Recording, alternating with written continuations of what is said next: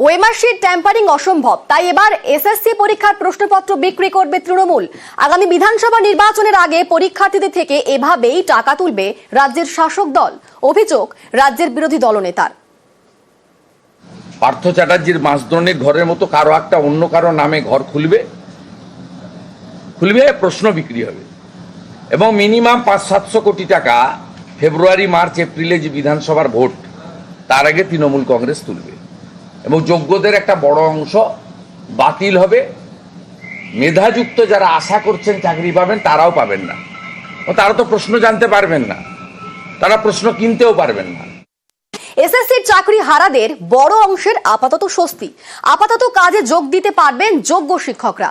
31শে December পর্যন্ত class নিতে পারবেন দাগি বলে চিহ্নিত না হওয়া শিক্ষকরা। এই সময়ের মধ্যেই নিয়োগ প্রক্রিয়া সম্পন্ন করতে হবে এসএসসিকে, নির্দেশ সুপ্রিম কোর্টের।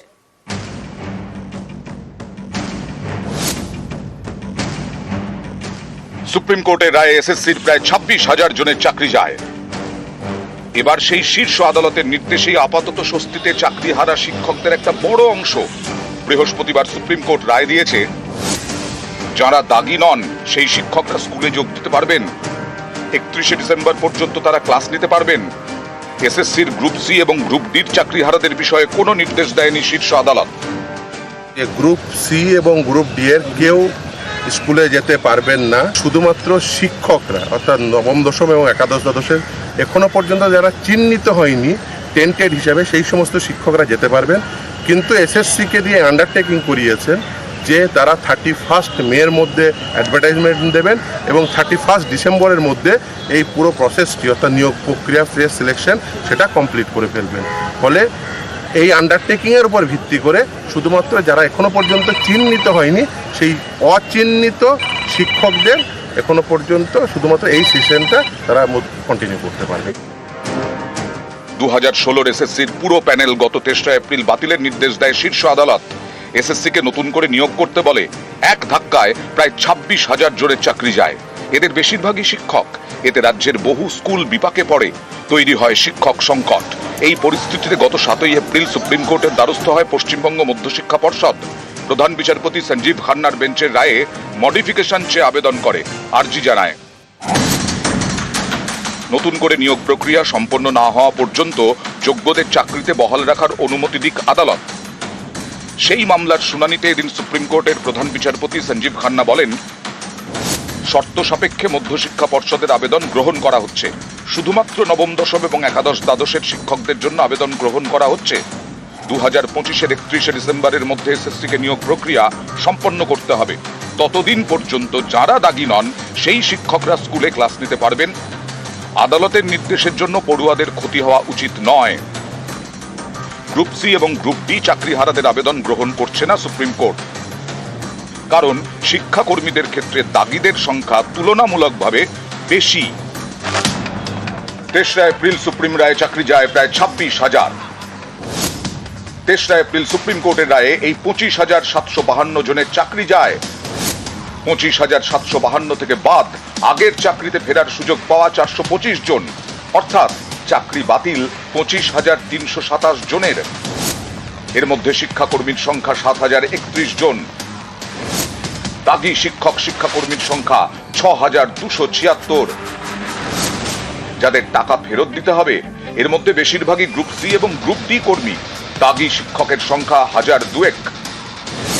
বাকি সকল শিক্ষকই কাজে ফিরতে পারবেন। এদিন শুনানির শুরুতেই সুপ্রিম কোর্টের প্রধান বিচারপতি রাজ্যের আইনজীবীদের কাছে জানতে চান, কতদিনের মধ্যে নিয়োগের পরীক্ষা শেষ করবেন। রাজ্যের আইনজীবী রাকেশ দ্বিবেদী বলেন, 1 সপ্তাহের মধ্যেই বিজ্ঞপ্তি জারি করা হবে। রাজ্যের আরেক আইনজীবী কপিল সিব্বল জানান, এবছরের ডিসেম্বরের মধ্যে নিয়োগ সম্পন্ন করা হবে। এরপর প্রধান বিচারপতি বলেন, 31শে মের মধ্যে নিয়োগের বিজ্ঞপ্তি দিতে হবে। 31শে ডিসেম্বরের মধ্যে নিয়োগ প্রক্রিয়া শেষ করতে হবে। আরেকটি নির্দেশ দিয়েছে যে এই সিলেকশন প্রসেস অতি দ্রুততার সঙ্গে কমপ্লিট করতে হবে এবং সেই রিগার্ডিং একটি হলফনামা 31 মে 2025 এর মধ্যে জমা করবে এবং সেখানে এনশিওর করবে, এই এফিডেভিটে তারা লিখে দেবে যে তারা ওই ডিসেম্বর 2025 এর মধ্যে ওই সিলেকশন প্রসেস কমপ্লিট করবে। কিছুটা হলেও স্বস্তি পাচ্ছেন নবম, দশম এবং একাদশ, দ্বাদশ শ্রেণীর শিক্ষক শিক্ষিকারা। তারা আপাতত 31শে ডিসেম্বর পর্যন্ত কাজে যোগ দিতে পারবেন। নয়াদিল্লি থেকে মৈত্রী ভট্টাচার্যর রিপোর্ট, নিউজ 18 বাংলা। সুপ্রিম রায়ে আপাতত স্কুলে ফিরতে পারবেন চাকরিহারা শিক্ষকদের বড় অংশ। এতে অনেকেই স্বস্তিতে, রাজ্যের অনেক স্কুলেও স্বস্তি। তবে আন্দোলন চলবে বলে হুঁশিয়ারি শিক্ষকদের একাংশ স্কুলে ফিরলেও শিক্ষা কর্মীরা ফিরছেন না।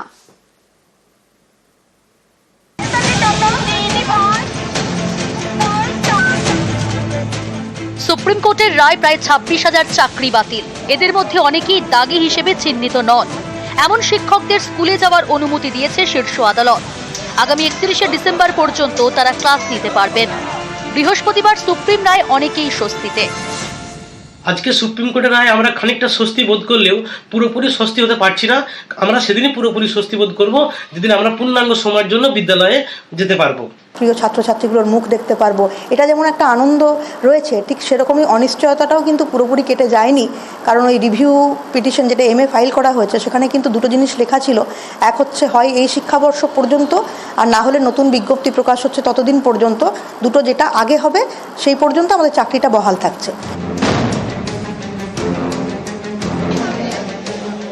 এক ধাক্কায় 26,000 চাকরি বাতিল। এর জেরে বিপাকে পড়ে রাজ্যের বহু স্কুল, যেমন জলপাইগুড়ি বানারহাট উচ্চ মাধ্যমিক বিদ্যালয়। এখানকার 14 জনের চাকরি বাতিল হয়, এর মধ্যে 11 জন শিক্ষক। এদিনে সুপ্রিম রায় এই স্কুলে স্বস্তি। আমার স্কুলে 11 জনের চাকরি গিয়েছিল। মহামান্য সুপ্রিম কোর্টের এই রায়ের ফলে তারা আবার স্কুলে আসবেন, তারা দৈনন্দিন পঠন পাঠনে অংশগ্রহণ করবেন। এক কথায় আমাদের স্কুলের পঠন ছাত্রছাত্রীদের দিক থেকে এক বিরাট স্বস্তি। স্কুল চালাতে আপাতত আর কোনো অসুবিধা থাকবে না।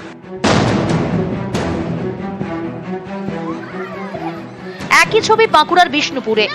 1700 পড়ুয়ার বিষ্ণুপুর হাই স্কুলে 40 জন শিক্ষক ছিলেন। এর মধ্যে 8 জনের চাকরি বাতিল হয়, বেশিরভাগই বিজ্ঞান বিভাগের। এতে ক্লাস নিয়ে তৈরি হয় জটিলতা। আপাতত সেই জট কেটেছে। আপাতত তো স্বস্তি, তাহলে ছাত্রছাত্রীদের অন্ততপক্ষে আবার হাসি মুখ দেখতে পাবো আমরা। যোগাযোগ হয়নি, যোগাযোগ করব, বা ওরাও যোগাযোগ করবেন, নিশ্চয়ই আসবেন ওরা। সুপ্রিম রায় আপাতত স্বস্তি, তবে আশঙ্কা কাটছে না। স্কুলে ফিরলেও আন্দোলন চলবে বলে হুঁশিয়ারি শিক্ষকদের একাংশের। আমাদের দাবি এক এবং অদ্বিতীয়, যোগ্য অযোগ্য লিস্ট আলাদা করতে হবে, সেই লিস্ট এসএসসিকে সার্টিফাই করতে হবে এবং সুপ্রিম কোর্টে নিয়ম মেনে রিভিউ করতে হবে এবং বলতে হবে যে প্রসেসটাও ঠিক। এই জন্য আমরা যোগ্য, এই জন্য আমরা পথে নেমেছি। এদিন দক্ষিণ দিনাজপুরের বালুরঘাটে মিছিল করেন চাকরিহারা শিক্ষক শিক্ষাকর্মীরা। এদিনে সুপ্রিম রায় দাগি শিক্ষকরা স্কুলে ফিরতে পারবেন না। পাশাপাশি শিক্ষাকর্মীদের বিষয়ে কোনো নির্দেশ দেয়নি সুপ্রিম কোর্ট। এর জেরে বিপাকে পড়েছে ধূপগুড়ির ঘোষপাড়া জুনিয়র হাই স্কুল। একজন শিক্ষক এবং এক শিক্ষাকর্মী নিয়ে স্কুল চলছিল। মাসখানেক আগে শিক্ষক মারা যান, শিক্ষাকর্মী স্কুল চালাচ্ছিলেন। সুপ্রিম রায় তার চাকরি গিয়েছে, তাই স্কুলে এখন তালা। নিউজ 18 বাংলা।